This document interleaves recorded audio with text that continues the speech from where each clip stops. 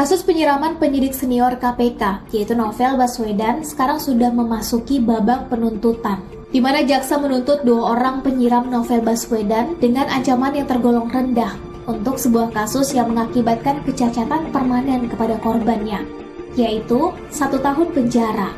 Sebagaimana yang dikutip media, jaksa beralasan rendahnya tuntutan itu karena para terdakwa tidak sengaja menyiram air keras ke bagian wajah Novel. Karena pada awalnya para terdakwa hanya ingin melakukan penyiraman cairan air keras itu ke badannya saja, sebagai pembelajaran karena dianggap lupa terhadap institusi.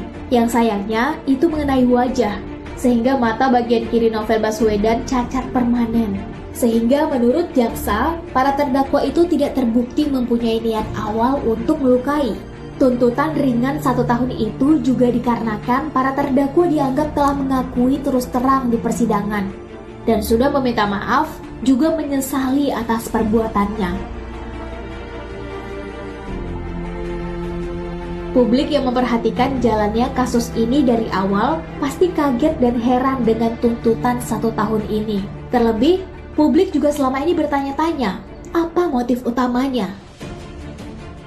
Kenapa bisa bertahun-tahun baru tersangkanya tertangkap? Apakah benar yang disidangkan adalah para pelaku utamanya? Apakah mereka hanya pesuruh saja? Apakah benar tidak berniat melukai?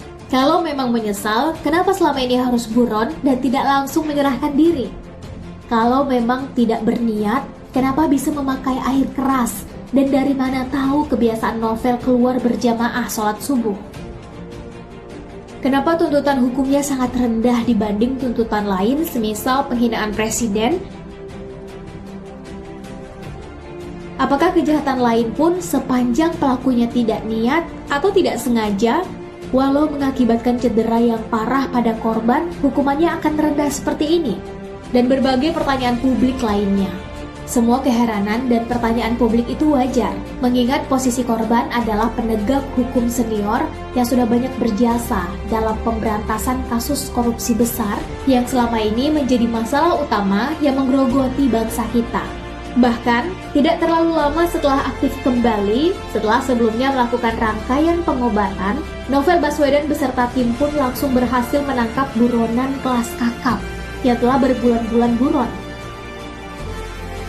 Sudah selayaknya beliau mendapatkan penghargaan dan perlindungan hukum lebih dari niat tidak baik mereka-mereka yang tidak menginginkan tegaknya pemberantasan KKN di Indonesia.